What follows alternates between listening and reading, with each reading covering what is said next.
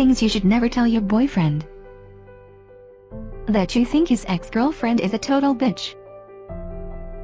Your boyfriend's ex is probably a poor excuse for a human, a raging cunt with bad breath and regrettable taste in clothing. But as obvious as it is that she sucks, it would be a mistake to reveal how you feel about her to your boyfriend. Any negative comment about a man's ex, however accurate, is bound to be construed as jealousy or pettiness.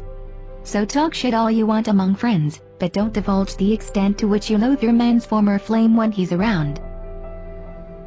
That his best friend has a small penis. No man enjoys hearing that someone he respects and loves is stuck with a small penis. If you happen to be privy to information regarding the penis size of any of your boyfriend's closest male friends, either through hooking up with them yourself, or knowing someone who has, keep it to yourself. You don't want to deliver the message that will make your boyfriend feel awkward in his buddy's company because he's sure to resent you for it.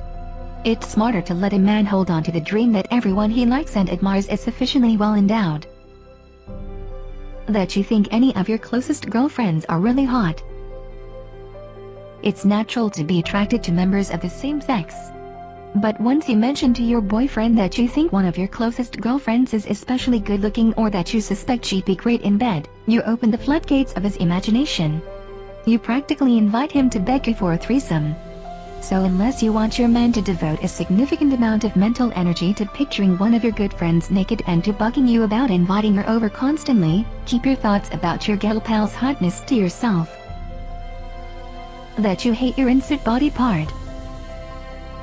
We all have hang-ups about our appearance. But when you harp on the fact that you hate a certain aspect of your face or body, you accomplish two things: you draw your boyfriend's attention to your physical flaws, and you poison yourself with toxic thoughts. If you want to discuss the fact that you have larger thighs than you'd like, or that your hips are too wide or too boyish or too pointy, or that you have tragically large earlobes, or your eyebrow hair is the wrong shade of brown, do it in a lighthearted way. Make fun of yourself all you want, but don't proclaim that you hate anything about the way you look. That so-and-so is really good at oral sex. Women like to talk about oral sex, and who's good at it. Over the years, each of us builds an unofficial who's skilled at oral roster, including guys we know are naturally skilled through first-hand experience, those who take tongue direction well, and those we've heard are proficient through, word of mouth. When someone on your mental cunnilingus list comes up in conversation, it can be tempting to mention their gift. Don't. Just don't. That you hate any of your exes. Maybe your ex broke your heart or humiliated you or committed some awful relationship crime, and you regularly entertain vindictive fantasies in which you set fire to his most prized possessions and terrorize him in the middle of the night. Whatever you do, keep your vengeful dreams and hateful thoughts to yourself. It doesn't matter how terribly things ended with that last guy. It's never wise to tell your current partner that you hate your ex, because hate is an indication of strong feelings and lingering passion. Hate isn't the opposite of love, after all. Indifference is. That you're browsing a ridiculously expensive store for fun. When your boyfriend calls and casually asks where you are and you happen to be browsing an insanely expensive boutique, because it's fun to gawk at ridiculous price tags and the people who drop thousands of dollars on a sweater without thinking twice, you should always feel free to take a creative license regarding your exact whereabouts. A vague reply such as "I'm uptown" or "I'm at a store" is always preferable to "I'm at Christian Dior" or "I'm on the 3rd floor of Barney's." Why set off the "she has expensive taste" alarm if you don't have to? Unless you're bleeding to death and need him to send an ambulance, you might as well claim that you're at Trader Joe's.